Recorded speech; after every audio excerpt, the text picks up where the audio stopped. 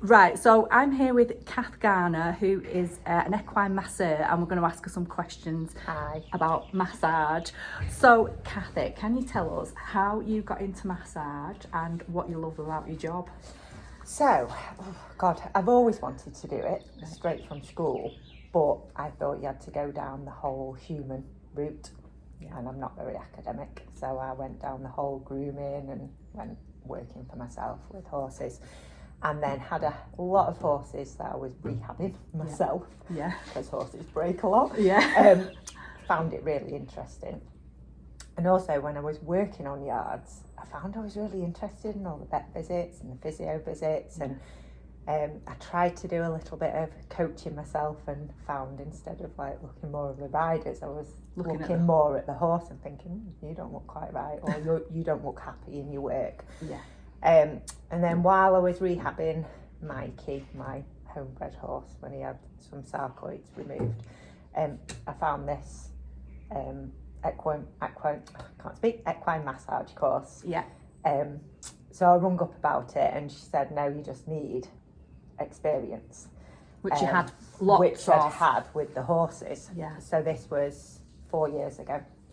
So I went down, it was Wolds Equine massage, sports massage therapy, a year-long course. Did you enjoy it? Oh, I did. It was like something was just natural. I found the academic side of it really hard. Remembering all the proper words and remembering all the bones and the muscles and everything, but actually doing the massage and feeling a connection with the horse and watching the horse's response. And that's what I really loved about it, and then just carried it on. And that's what you love about your job. So what sort of horses do you work on? Varied. A lot is more just pleasure horses. So a lot of riding club horses, hacking horses, do a few competition horses, some dressage, some show jumpers, but varied really. Good. A lot, even some that aren't in work. Because people often forget about the companions, don't they? So I have a couple of youngsters, which people think, why do youngsters need? But actually, doing the massage, releasing all the muscles off and then allowing the horse to move properly and grow creates good posture. So then they'll move correctly and grow correctly and develop the muscles. Brilliant. So if you were an average horse owner, so say you had a horse and you was riding it 3 times a week, doing a bit of hacking, schooling, jumping, maybe a bit of riding club, how often would you recommend that somebody had a massage to help?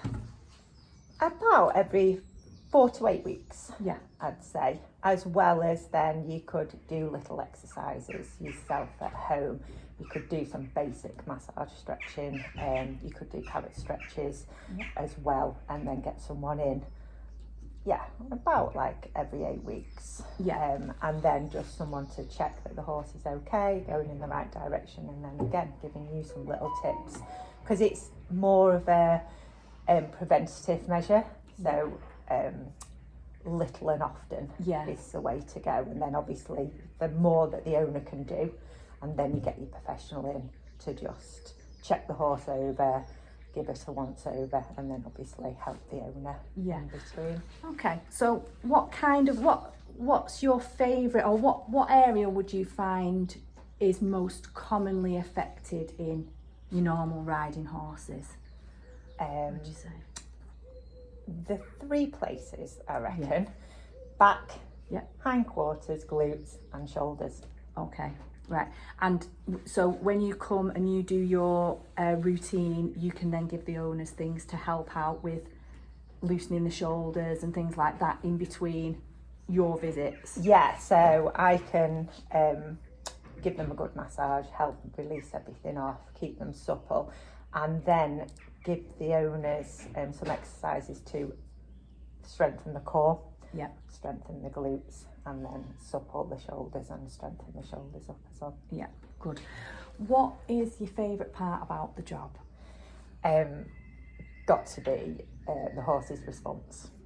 helping the horses, and it's great. The more you can come back and do the regular horses, they actually love seeing you. So you know you're helping them and you're benefiting them, and giving them a nicer life and feeling better, because you know, we've all woken up feeling stiff. It must be horrible for that horse if they're waking up feeling stiff every day, and then someone comes along, puts the saddle on, makes them do something. And you know what horses are like, they'll do anything for us, so off they go, trudging along. The troopers, aren't they? Yeah, they really are. Come on, you want to ride me? Off we go. I'll put a smile on my face and we'll crack on. So if you can just give them a bit of relief and help them move better and help their body be strong enough to carry us, that's amazing. And what do you think is one of the most important things? So we've talked about that the owner can do things in between, but what are is there anything else that you think owners can do to help that body work stay better in terms of ridden exercise, or like, because I find in my work consistency of exercise, if the riders tend to do quite a bit of exercise and then don't exercise them, then we tend to get problems. So more consistent work is something I find. More consistent and varied work as well. So don't just go hacking it all week. Don't just go in your school all week. Vary it about different terrains, hill work, pole work, lots of in-hand work. You know, which is something that people often forget to do, or just aren't really trained in. No, and I don't mean just whizzing the horse around on the lunge in a circle. Actually connecting the horse and watching how the horse moves, how the horse is. So that's another thing the owner can do, really get to know their horse, so that they can see if they're having an off day, if there's something not quite right, and then they can have a chat with the professional, either someone like yourself or me, and have that conversation. And then you can help the horse more. Right. And then, so what are common problems that people might see which might lead them to believe they need to get a masseur in? If the horse is different in his work, either being very sluggish, or even more tense and rushing, or tensing a little bit, or moving away when you bring him with the saddle, or just not looking quite so enthusiastic about the work anymore. That's the time to get you in. And so when you go out, do you have a little cursory look at the saddle situation? Because I find when I go out to people, a lot of people, you'll say, have you checked the saddle? And they go, oh, I've not had the saddle checked for quite a while. And then we pop it on and it might be a little bit asymmetric. So is that something that you would advise for people to have their saddles checked regularly? Yeah. And then I'll ask the question, if the horse is very sore in the saddle area, then we'll pop the saddle on. If not, I just kind of ask the question and then trust the owner that they will go and get the saddle checked. And then do you ask about things like teeth and feet and things like that in your assessments? And having good teamwork. Because it's all part of it, isn't it? Yeah, if they've got a sore mouth, that can affect the spine and the back. If the feet aren't balanced or sore, again, that can affect the way they move. So good teamwork. Absolutely. Well, thank you so much for taking the time to talk to me. So can you tell us if somebody wanted to book a session with you, how would they get hold of you? And have you got any socials or anything like that? No, I've got a Facebook page. Which is called? It's just under my name, Cathy Garner. Right, okay.